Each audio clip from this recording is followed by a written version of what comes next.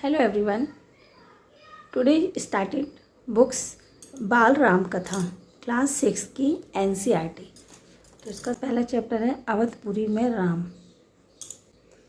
यह कथा अवध की है, जो कि बहुत पुरानी कथा है। अवध में सरयू नदी के किनारे एक अति सुंदर नगर था, जिसका नाम था अयोध्या। अयोध्या सही अर्थों में माना जाए तो बहुत ही दर्शनीय, देखने लायक और भव्यता जैसी स्थान है, और उसका दूसरा नाम भी है। अयोध्या में केवल राजमहल ही भव्य नहीं दिखता था, उसकी एक एक इमारत भी आलीशान थी। आमतौर जो आम लोग थे, उनके भी घर बहुत ही ज़्यादा सुंदर और भव्य दिखते थे।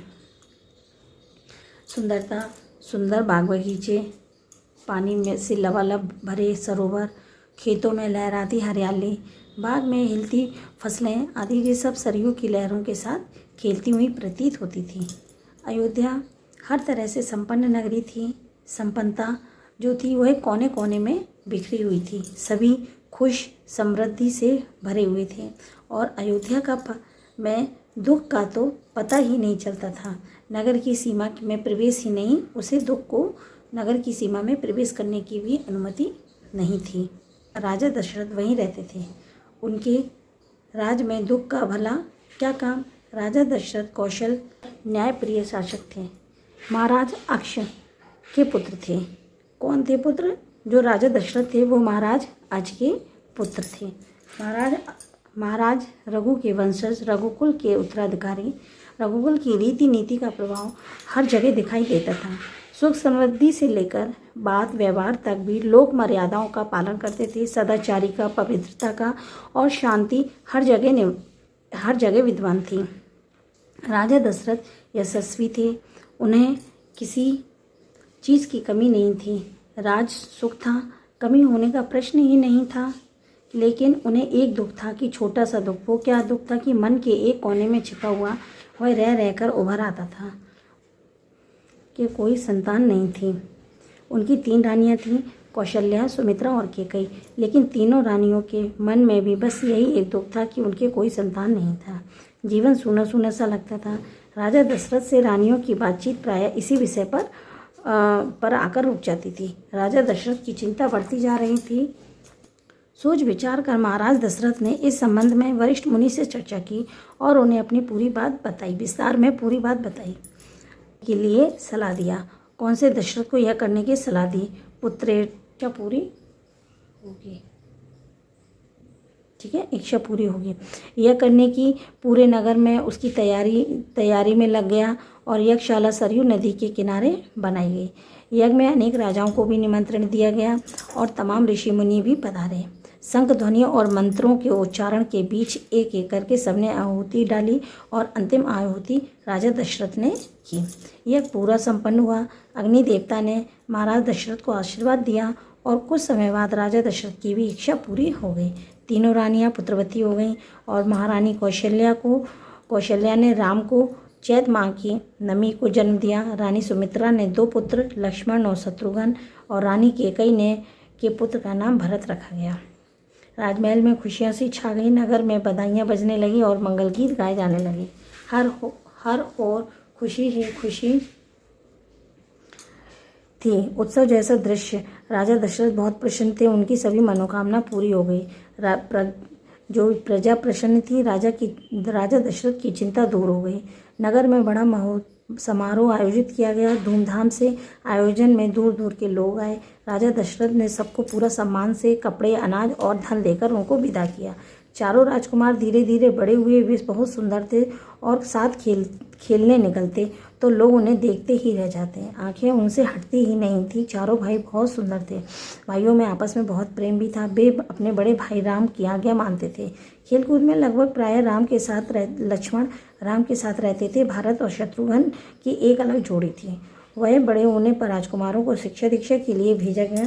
उन्होंने कुशल और अपनी विद्या में दक्ष गुरुजनों से ज्ञान अर्जित किया, शास्त्रों का अध्ययन किया, विद्या सीखी, और चारों राजकुमार कुशाग्र बुद्धि वाले थे। जल्द ही सब विद्याओं में पारंगत हो गए, और राम सबसे सर्वोपरि थे। इसमें कई अन्य गुण भी थे, जैसे विवेक, शालीनता और न्यायप्रियता। राजा दशरथ को राम सबसे अधिक प्रिय थे। श्रेष्ठ पुत्र होने के कारण और इन मानवीय गुणों के कारण भी वह राजकुमार कुछ और बड़े हुए। विवाह योग्य नगर में उनकी चर्चा होने लगी। महाराज दशरथ भी ऐसा ही चाहते थे कि अब संतानों के लिए सुयोग वधुएं भी परिजनों में चर्चा पहले से ही हो रही थी। बाद में पुरोहितों को भी इसमें शामिल कर लिया गया। अयोध्या का राजमहल एक दिन ऐसी ही चर्चा चल रही थी। गहन मंत्रण यानी कि गहन चिंतन हो रहा था। तभी एक द्वारपाल घबराया हुआ अंदर आया। उन्होंने सूचना दी कि महर्षि विश्वामित्र पधारे हैं। महाराज दशरथ तत्काल अपना आसन छोड़कर खड़े हो गए और उन्हें द्वार की ओर बढ़े महर्षि की आगमनी करने, लेकिन उन्हें लेकर दरबार में आए। विश्वामित्र को ऊंचा आसन दिया गया। विश्वामित्र कभी स्वयं राजा थे, बहुत बड़े बलशाली भी थे। बाद में अपना राजपाट छोड़ दिया, संन्यास ग्रहण कर लिया, जंगल चले गए। वहीं उन्होंने अपना आश्रम भी बना लिया था। उन्हें सिद्धाश्रम नाम दिया। महर्षि के स्वागत सत्कार के बाद राजा दशरथ ने कहा, महर्षि आज्ञा दें, मैं आपकी क्या सेवा कर सकता हूँ? आप अपने मन की बात बताइए। आपकी आज्ञा का पूरी तरह से पालन होगा। राजन, मैं जो मांगने जा रहा हूँ उसे देना आपके लिए कठिन होगा। आप आज्ञा दीजिए। महर्षि, मैं उसे पूरा करने के लिए तत्पर हूँ, बिल्कुल नहीं हिचकिचाऊंगा। मैं सिद्धि के लिए एक यज्ञ कर रहा हूँ। अनुष्ठान लगभग पूरा ही हो चुका है, लेकिन 2 राक्षस उसमें बाधा डाल रहे हैं। मैं जानता हूँ कि उन राक्षसों को केवल एक ही व्यक्ति मार सकता है, वह है राम। आप अपने श्रेष्ठ पुत्र को मुझे दे दें ताकि यज्ञ पूरा हो सके। विश्वामित्र ने कहा। दशरथ पर जैसे बिजली गिर पड़ी। वह अचका गए और उन्हें उम्मीद ही नहीं थी कि मुनिवर उनसे राम को मांग लेंगे। उनके श्रेष्ठ पुत्र सबसे प्रिय थे। दशरथ चिंता में पड़ गए। विश्वामित्र दशरथ की दुविधा समझ रहे थे। उन्होंने कहा, मैं राम को केवल कुछ दिनों के लिए मांग रहा हूँ। यज्ञ 10 दिन में संपन्न हो जाएगा। महाराज दशरथ दुखी तो हो गए, परंतु उन्हें पुत्र वियोग की आशंका से कांप उठे। दरबार में सन्नाटा छा गया। दशरथ की दशा देखकर मंत्री चिंतित थे, पर चुप थे। महर्षि वरिष्ठ शांत थे। इतने में दशरथ कांप कर बेहोश हो गए। होश आया तो डर ने उन्हें फिर जकड़ लिया। मूर्छित होकर दोबारा गिर पड़े। महर्षि विश्वामित्र का क्रोध बढ़ता जा रहा था। इष्ट की आशंका से वे कुछ समझ नहीं पा रहे थे। महर्षि और महाराज के बीच संवाद में कुछ बोलना उचित भी नहीं था। मुनि वरिष्ठ चुपचाप आकर महाराज दशरथ के पास खड़े हो गए। थोड़ी देर बाद दशरथ उठे। स्वयं को संभालते हुए उन्होंने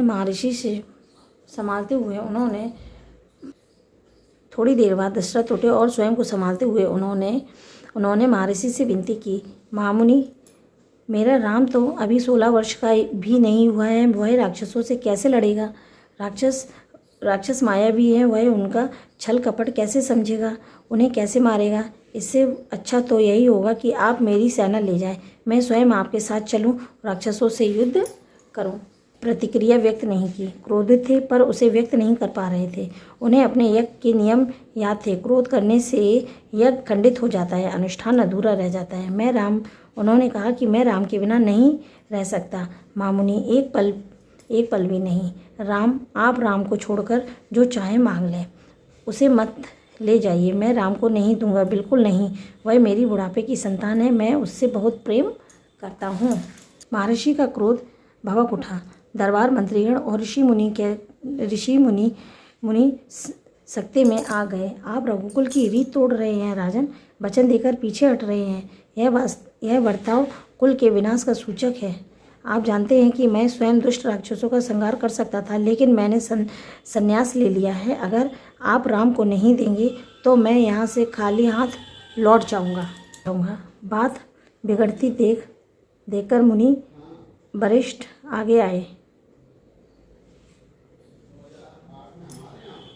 महाराज दशरथ को समझाया। राम की शक्ति के बारे में, प्रतिज्ञा तोड़ने के संबंध में, महर्षि विश्वामित्र के साथ रहने पर राजकुमार राम को होने वाले लाभ के बारे में भी। राजन, आपको अपना वचन पूरा करना चाहिए। रघुकुल की रीत यही है। प्राण देकर भी अपने पूर्वजों के वचन निभाया है। आप राम की चिंता ना करें। महर्षि के होते उनका कोई भी कुछ नहीं बिगाड़ सकता।